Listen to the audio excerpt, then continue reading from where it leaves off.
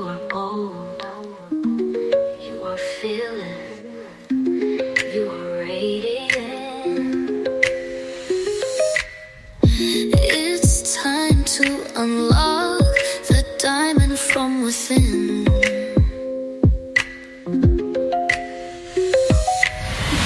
BFF, we rise above, stronger together, we shine with love. Faith unshaken, hearts on fire, fearless souls, we're reaching high. Thank you guys for tuning in to another episode of the BFF Empowerment Podcast. I am your host, Blaque Diamond, and today on our Women on the Rise segment of the BFF Empowerment Podcast, I have the pleasure of speaking to Dr. Sue McCreadie. She is a holistic pediatrician and a transformational midlife expert. Thank you so much for joining us today. Oh, thank you so much for having me. So fun to be here. Yes, ma'am. Do you mind telling the listeners a little bit about yourself before we jump in? Sure. So I am Dr. Sue, and let's see, at the time of this recording, I'm 53. So I'm in quote unquote midlife. I have three grown girls, two teens, and one young adult, technically. Two in college, one in high school. And I'm also in my 23rd year of practice as a pediatric physician. I specialize in nutritional medicine for kids. So I have a holistic practice that I've been an entrepreneur for. That's my longest entrepreneurial gig that I'm still doing and love and adore. And along the way, I have discovered how I can best support women, which is through coaching. So this is my fourth entrepreneurial business for women. It's been a process of learning about how to best meet their needs, my needs, and the greater good of all. And it's landed with coaching and helping them really what I call sustainable happiness in essence. Like, yeah, there's going to be curveballs and it's a major transitional time in our life. But in general, you can apply the principles that I use with midlife women at any age. I actually think of midlife as second adolescence Mhm. because Oh, everyone's wow. everyone's gone through adolescence. So I feel like that's a really good analogy, right? Like, how did Mhm. adolescence feel for you? Like, what would be some descriptors that you would use? Hmm. Discovery. Discovery. Definitely I would say emotional. Mm-hmm. Um, and I guess insecurity. Oh, yeah, I definitely felt a lot of insecurity. I felt like adolescence for me felt very like stretchy, uncomfy. Like I felt physically uncomfortable in my body Mhm. with hormonal changes. I definitely felt, yeah, like I like that. Insecurity is another way to say it. Like I wasn't really sure, like, who am I? Like, what's my Mhm. identity? Yes. Right? And it's also like it was a time of like figuring out relationships, right? Like you knew how to Mhm. be a relationship with a friend, but you're probably also figuring out how to do an intimate Dating wise. relationship. Yes. Yeah. And so relationships were changing and yeah, and then yeah, so you have all these kind of shifts and transitions around identity and relationships and like physically how you feel in your body, which can create a lot of emotional waves, let's Mhm. say. Yes, yes, I can definitely agree. Yeah. So that's what I'm helping women navigate through in essence. Mhm. Okay, sounds good. And I do like that analogy of adolescence because, yes, when you are going through your midlife crisis, quote unquote, they like to call it, it is, yeah, you're learning, you're kind of discovering yourself all over again because, yeah, now you're going through the later stages in life instead of the earlier stages. And Hmm. that it is all about discovering, or am I still the same person that I was, when I was 30? Do I still like the Hmm. same things? Do I like the same food? So all of it is discovering yourself all over again. Yes. So I Yeah. do, I It's do like beautiful. that. And so you said you do this as coaching. Hmm. So how long have you been a coach and what inspired you to go into coaching? Mm. So I would definitely say I've been doing coaching since about to 2022. And it was definitely a journey of figuring out how to serve women. That's what led me to it. And finally, what I did is I kind of gave up, to be honest. I just like put it down because I had tried all different ways. I mean, in terms of like applying, I didn't want to be I'm like basically a functional medicine doctor for kids, right? Like that's my zone that's my first calling. And navigating and figuring out like how I got into coaching, it wasn't by choice. It wasn't like I want to be a coach and this is how I'm going to do it. It was sort of like I put everything else down and like surrendered, and I was kind of like, God, I give up. I'm not really sure how to serve women because I've tried this way, that way, and this other way, and none of it really totally fits. Like it either feels good for her but not for me, or vice versa. And so I was like, I just kind of give up. I'm not really sure what I'm supposed to do here. So I'm going to put this down. I'm just going to put this whole thing down and finish out this pediatric gig. And within like a few weeks to, I would say a few months, I did what I always do, which is I follow the breadcrumbs. Like I follow where curiosity and passion lead me. And that was through an email that led me to a video, watching a woman who's a coach, a video, and led me into one of her 3-day seminars that led me into a year-long program, right? And then lo and behold, I'm like, oh, I guess I want to be a coach, right? And it's like, and which I think is so funny because the first time I hired a coach for myself was in 2015. So that'd be 10 years ago. So I was around 43. So if you think about it, I was just entering in my midlife. I didn't even think about that. But midlife is technically like 40s, 50s, and 60s. That's when we're thought to be mid-adult, which I found fascinating because like you're a young adult all the way until you're 39. Did you ever think of that? No, and I'm going on 36.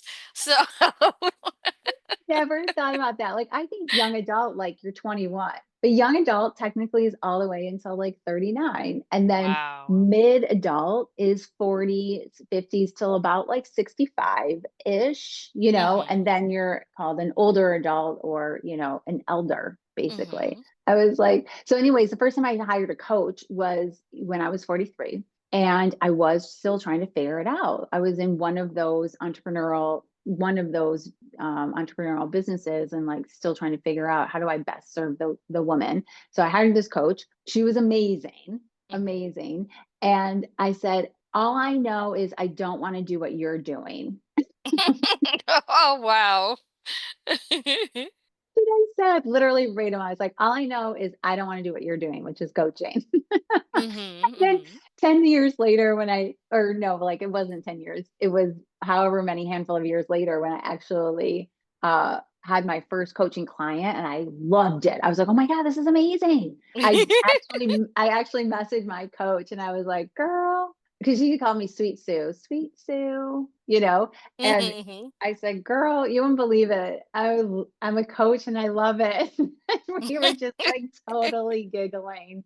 It's just so funny how the universe plays that on you. Like you tend to like totally resist. You're like, no, I'm not going to do that. And then you're like, lo and behold, later, you're like, oh, I'm totally loving this. Why did I resist that? Yeah, I'm actually in the same phase because I at one point wanted to do life coaching. And then I was like, nah, I did some of the seminars, the 3-day seminars like you did. And I'm like, oh, maybe this is, because I've always naturally been someone that people came to talk about and ask and get advice and things like that. So I was just like, oh, no, it's not for me. And then a couple of months ago, my manager, who was also a life coach, she read my book, my latest book, which is Stolen Innocence: A Survivor's Journey to Freedom. And so it's my memoir about surviving sexual abuse and my first domestic violence relationship. And she was like, you need to be a life coach. And I'm like, yeah, I thought about it in the past, but I didn't think it was for me.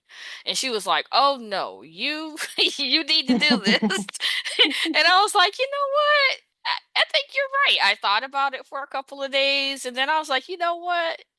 There was a reason I thought about it back then, and for whatever reason I just talked myself out of it. So I was like, you know what, I'm going to do it. So I'm actually in training currently.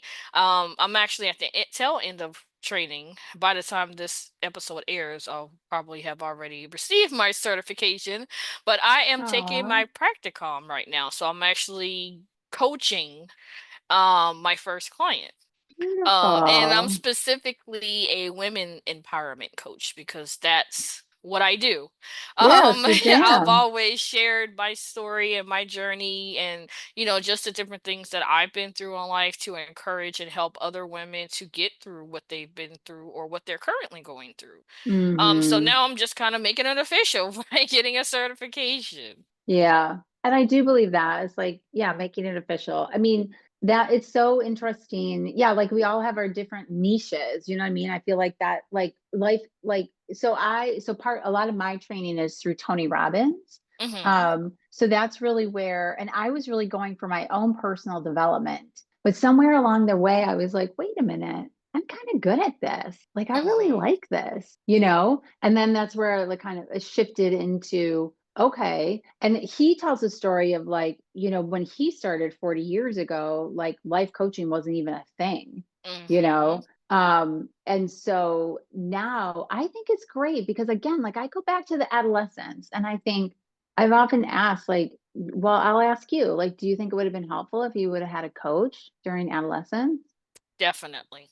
Most definitely, because that's when I went through a lot of the trauma that I went Mm, through, and mm-hmm. I basically had to figure it out, push it aside and move on with life. So I Yeah, think if I had someone during that time that I could talk to about, not only just developing as an adolescent, but dealing with the trauma that I was going through, like that right. would have actually helped to make my transition a lot easier. Yeah. And I think a lot of times people kind of confuse life coaching with being a therapist. Mm-hmm. And I'm like, Yes. Like, no, yes. they're different. Yeah, let's hear, like, what do you see as your differences? I'll share what I think. Why I'm here, I'm curious, like, what do you see as the differences? So for me, a therapist is someone who, and I guess you would say a therapist and like a counselor, they kind of tell you what to do. Like, I think Mm-hmm. you should, take writing your journal. I think, they're basically telling you and giving you what the tools you need to do. I think with a life coach is more guidance, and you're Mm-hmm. allowing your student, or not necessarily your student, but your client, to come up with the solution on their own, but you're just giving them what they need, and then they come up with that on their own. Like, you know what? Journaling, helps with, relieving stress and things like this, and you kind of give them that, and then I'm like, oh, well, maybe I should start journaling because this may help me. You're kind of giving them that guidance instead of telling Mm-hmm. them what to do. Yeah. I feel like coming from the medical field, I feel like therapy is a lot about like a disease focused Mm-hmm. way, if that makes sense, like a disease focused paradigm. Like, I'm here for anxiety, I'm here for depression, I'm here for post traumatic stress disorder, Mm-hmm. right? Mm-hmm. It has like more of a disease focus. And coaching has more of a life focus. Mm-hmm. I feel like therapy is a lot about looking backwards, like really going back and really diving deep and fully kind of going into all the past trauma. Whereas I Yes. feel like in life coaching, we may touch upon something about that, but and also though it's really more about how do we shift it and look at it an entirely different perspective so that Mm-hmm. it doesn't feel it becomes more of a place of equanimity rather than a place of like activation or triggered, right? Mm-hmm. Mm-hmm. Coming to a place of like neutrality around it. Yeah. Yes. And I do feel like the paradigm of therapy falls into that medical paradigm where, yeah, it does feel a little bit more patriotic of like, here's your prescription, do this. Mm-hmm. Whereas life coaching to me is really about asking the question that Mm-hmm. actually allows you to discover the Yes. answer to move forward. Yeah. Mm-hmm. Okay. And so with you also being a pediatrician, Hmm. do you also being a coach, do they ever I know you're a pediatrician, so you specifically work with children, Yeah. but because, a lot of the kids you could work with also are like adolescent, maybe Hmm. 16, 17, 18, maybe even sometimes 19 years old. So do you think that what you do as a life coach ever like kind of cross over into? Oh, like into the pediatric appointment. Yeah, Yes. because I feel like life coaching has brought me such another skill set, Mm-hmm. basically, of self-development, which I've been into since my 20s, really, personal development, self-development.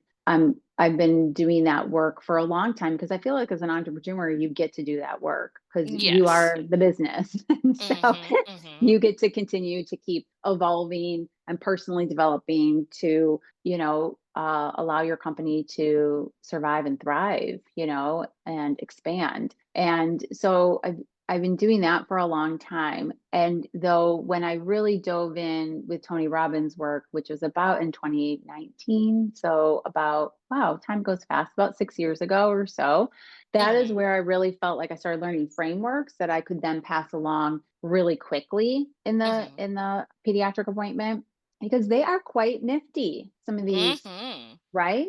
Like they're Yes. super nifty frameworks that help in a very short period of time shift the perspective that allows the family to move forward with more of like freedom, more with expansion, more with possibility rather than, overwhelm. So yes, Yes. whenever I have an opportunity to really shift or bring my coaching skill sets into the office visit, absolutely. I do that. Oh, It's super wow. That fun. is so cool. Yeah. Yeah. In fact, I can think of a college age because I see up through like 23-year-olds. Mm-hmm. Yeah, that's And why I was saying, yeah, adolescent, a lot of time, yeah, you still yeah, see them up until like early 20s. I have a really awesome memory of a visit. It was a virtual visit. He's in his dorm room. I'm in my virtual office. and Mm-hmm. after addressing and also he was dealing with yeah, basically worry thoughts and feeling very anxious or whatever. And I did a whole kind of what I would do in a coaching session with him and allowed him to start experiencing how like we create our emotions based on what we're Mm-hmm. focusing on, the meaning that we're creating out of an experience and how we're using our body. And so I took him through like an exercise where he really owned that. He's like, wow, I'm creating this because I take him through an example of like, go back to go back to a place in time. I have them close their eyes, go back to a Mm-hmm. place in time and remember, take yourself back. So I'll just take myself back to like going to the Taylor Swift concert Eras tour with my daughters and my entire Mm-hmm. family. My husband Oh, didn't have yeah. my husband didn't have a choice. He drove us and Wow. showed up lovingly. It was cute. Mm-hmm. But even him was beat bopping to Shake It Off. Oh, Anyways, yeah, I love me some Taylor Swift. oh my goodness. After that concert, one of my daughters, she gave me the biggest hug. It would still bring tears to my eyes today. It was just like, thank you so much for that incredible experience. You know what I mean? And the way that I won't even get into the whole story of how that whole thing evolved, but it evolved by multiple people involved. Like I didn't just create that experience. I asked for support and we got it, Mm-hmm. to like get our family to another city to go see Taylor Swift. So it was really cool how the whole thing came together. Anyways, like I would, so I asked him like go back to a happy memory, but for the sake of this conversation, I'll share like in that memory of like the Taylor Swift concert, like what was I focused on? I was focused on like, oh my gosh, I'm here with my entire family and one of my girls' best friends, which is like a pseudo daughter to me, like she is like essentially a daughter. So I'm like, I'm here in this present moment and I'm focused on everyone else here who's also having a great time. I'm focused on this incredible music. I'm focused on what I have, not what I don't have. I'm Mm-hmm. focused on what I can influence, what I can control. Like we figured it out. We figured out how to make this thing happen. You know what I mean? And Mm-hmm. so it was so expansive and the emotions And the meaning I was creating was like, wow, our family gets to create and have really fun, luxurious, pleasure-filled experiences like this, right? So it was like what I was feeling was joy and happiness. And based on what I was focused on, the meaning and story I was creating out of it, and how I was moving my body, I was like literally jumping up and down and moving and dancing, right? Yes, yes. So I took him, and I take clients like this all the time. Like I create that experience, and you're like, you like literally created that emotion based on what you Mm-hmm. focused on, the meaning you created, and how you're using your body. And then I take him to the opposite, like in this case with this, young, well, technically he's a young adult. So let's call him that, with this young adult patient of mine. Anyways, and we went, and I showed him the opposite in this experience that he had a very particular experience that he was creating a lot of anxiety around. And I walked him through that, and I said, now tell me, are you focusing on what you can control or what you can't control? He's like, what I can't control. Are you focused on what you have or what you don't have? He's like, what I don't have. I said, are you focused on the present moment? Or are you focused on like worrying about the future or regretting something in the past? And he said, worried about the future. I said, awesome. Now tell me, what meaning are you, like, what are you saying to yourself in this moment? Like, what kind of stories are you saying? Like, are you saying like, I'm awesome, I'm amazing? Are you saying like, I suck? Why does this always happen to me? Right. And you could hear like the words he was using are very disempowering. Right. Yes. And then even like, how are you holding your body? Right. And he's like, I'm shrugging my shoulders, my head's down. And I said, and what emotion are you shooting out? Right. And so it was Mm-hmm. usually a disempowering emotion like grief or sadness or anxiety or worry. Right. Yes. And so then I have him open his eyes. Right. I usually start with the negative and then move to the positive, quote unquote, emotion, though I Mm-hmm. think all emotions are neutral, they're messengers. But I leave him on a high, because let's leave, let's leave on a high. That I said, what do you think? And he's like, yeah, my gosh, that totally makes sense. Because that's so empowering when we share with another, like how we create our emotions. That means I get to choose every day, right? Mm-hmm. Like I Mm-hmm. get to choose moment to moment. Am I going to choose worry, or am I going to be calm? Exactly. Am I going to Yes. choose fear, or am I going to choose faith? You know what I mean? Like it's a Mm-hmm. very Mm-hmm. conscious decision. And what helps me get there is like go move my body. Like I jump up and down, I skip like a kid, I go for a walk, like however I can get my body moving and focus on what I can control, what is going right, what I already have, and be in the present moment and create an empowering story. Right. Yes. So yeah, Oh, that's how I use the wow. tool. I Mm-hmm. love that. Hmm. All right. So we're gonna switch gears a little bit. So, I noticed that you are also into tarot and numerology. So can you tell us a little Yes. bit about that? Yeah, absolutely. So that also is just following a breadcrumb. So Mm-hmm. the way I even discovered that was I was on a getaway weekend with my husband in Asheville, North Carolina, and we walked into a store. And it was have you ever been in a store where you're like your whole body is like lit up, you're just excited? Mm-hmm. Mm-hmm. And I It was, actually am located in North Carolina.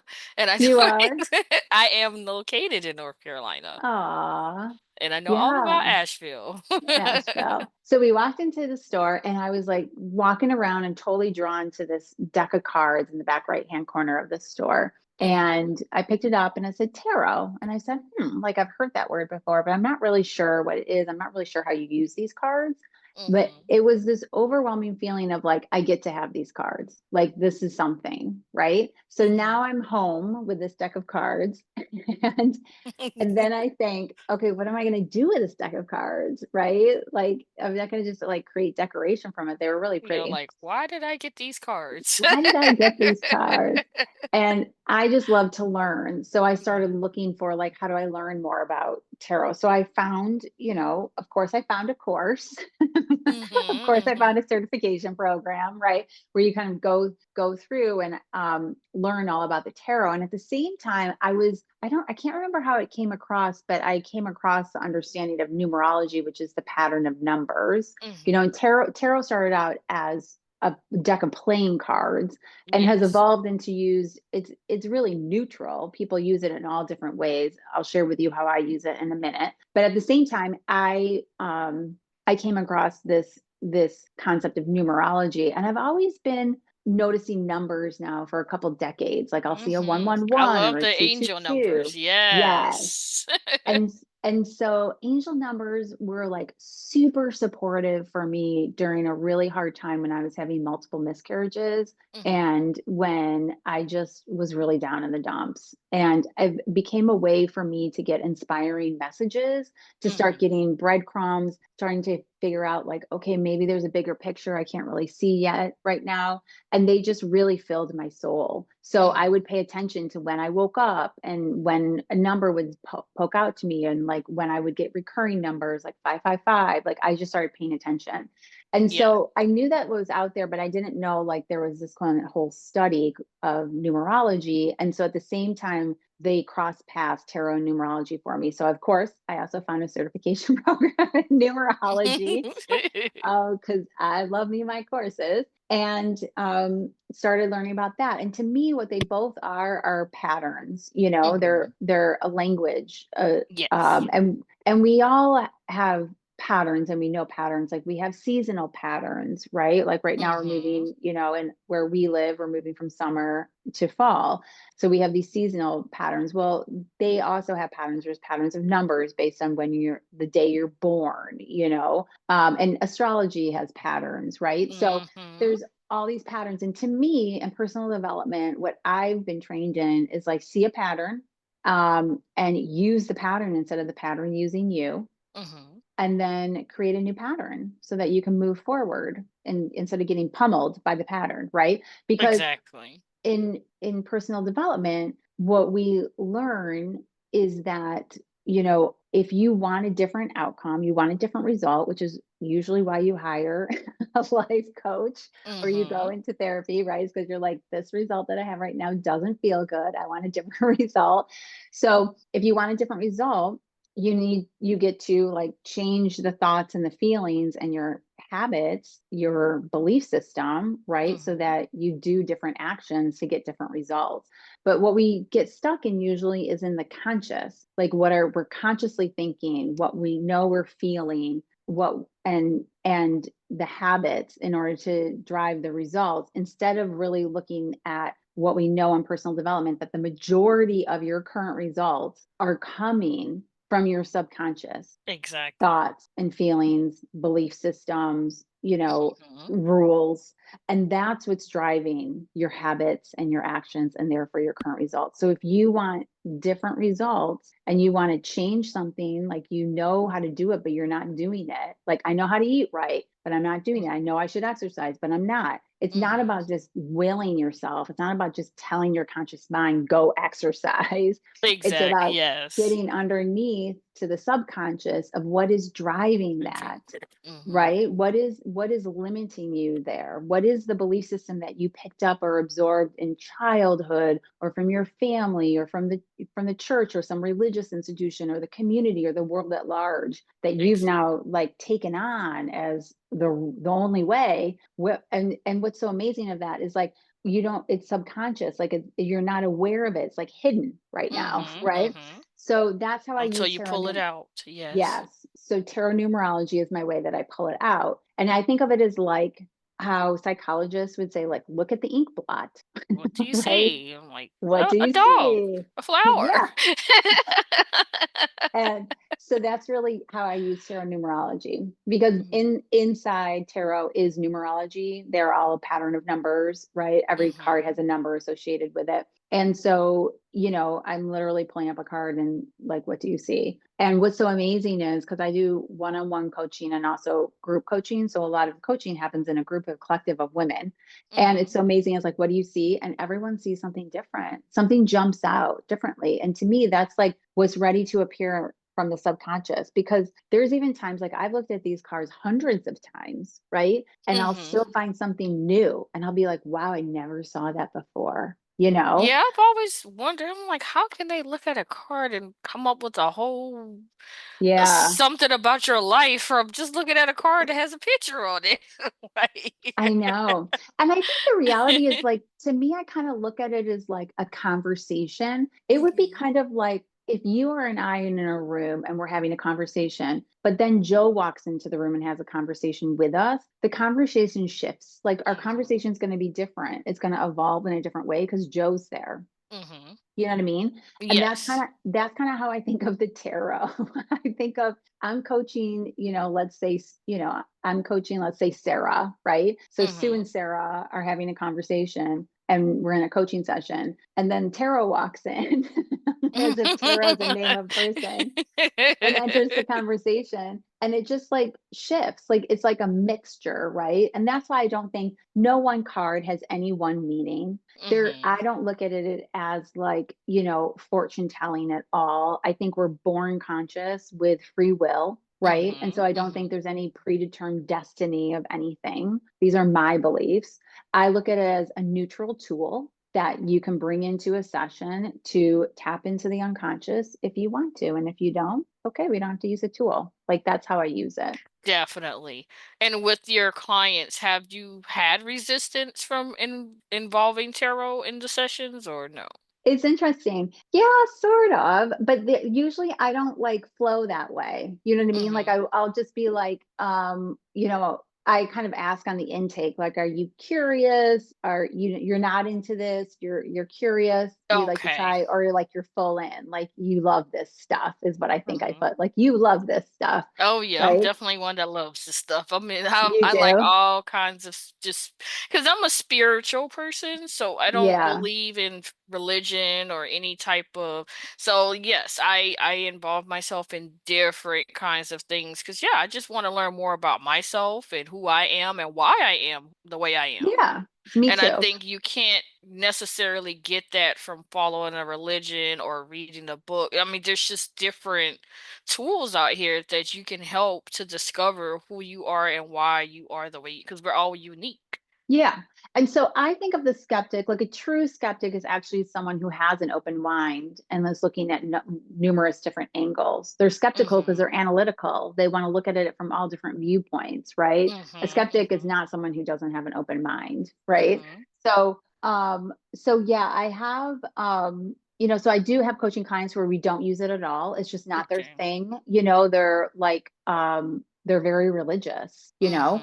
which I think is awesome because there's so many pathways. There's so many Mhm. pathways, and it doesn't have to be my way or the highway. It can be your way, and we can still get there. you know, as long Exactly. as long as you're willing to grow. So like that, I can think of a particular client where we never talk about numerology or tarot. She's, very Catholic. Yeah, that's her pathway of opening up, and I think that's beautiful. Mhm. And then I can think of one client who's sort of what I guess you would say a skeptic, like, I'm curious about that. So we did talk about it in one of her sessions, but we never circled back to it because I just don't really think it's her thing right now. Like, I don't think that that's Mhm. really like freeing her. I think it's something that she doesn't quite feel, Understand, yeah. yeah, it doesn't feel like a comfortable place to lie. It brings more uncertainty. Whereas the clients where I use it in, it actually brings like fun and clarity, right? Mhm. Mhm. And it brings a sense of playfulness and it feels light and expansive and also can be very grounding because it just like you can just ask some questions and be like, okay, give us a card on this going down this road versus going down this path. And you can just look at the cards and be like, ooh, that one doesn't feel so great, but that one looks super Exactly, expansive. yes. And so it can help them just anchor more into like their decision and knowing, Mhm. and help us all get out of our own way, because I know like as a coach sometimes too, like I've got to get out of the way because sometimes I'm like, wow, that's a fascinating way to do it. Just do it like this, like, you know? Yeah, it definitely gives you options and gives you different suggestions. You know what? It's kind Yeah. of like what do they call it? The RPG, like the role playing games you do. Like, Yeah. okay, if you pick this one, this is the path you're going to go down. If you pick this one, so you kind of have that choice like, which one? Which Which way do one? I want to try? Yeah. And we usually, yeah, and I especially like it for myself as a tool as a coach because I do feel like it helps me become more neutral to the situation. Because naturally I'm human. So I Mhm. have my own biases that I don't even realize, right? Like all of us do. We like show up to the Mhm. table, like we can't help it. It's just like we're Yes. flawed. That's who we are. And so even though we have our best of intentions, we can come up with our own like preconceived, like, well, I think you should do it this way, where really that may just be my own baggage. That may be my own like lack of personal development yet. Do you see what I'm saying? And so I Yes. feel like the tarot comes in and is like, just gives us all like a neutral playing field where it all becomes like play and curiosity and fun. Mm-hmm. Yeah, I So, definitely, yeah, I'm open-minded when it comes to a lot. Like I've had readings, I've had, you know, what are they called? Like spiritual sessions, like where they do like the I'm trying to think of the word now. oh, Ah, like mediums. yeah, I've done that. I've done like the cleansings. I've done the chakras. Like I do a little bit of everything. Like Yeah. I'm all for healing, clearing, clarity, like whatever helps to make me into a better person. I'm definitely into it. And I think there's no one size fits all for everybody. So I'm into trying different things and just discovering. And I think that may just be the Virgo in me. Like I'm very curious, I'm Hmm. very into intellect and just yeah, Yeah. open-minded.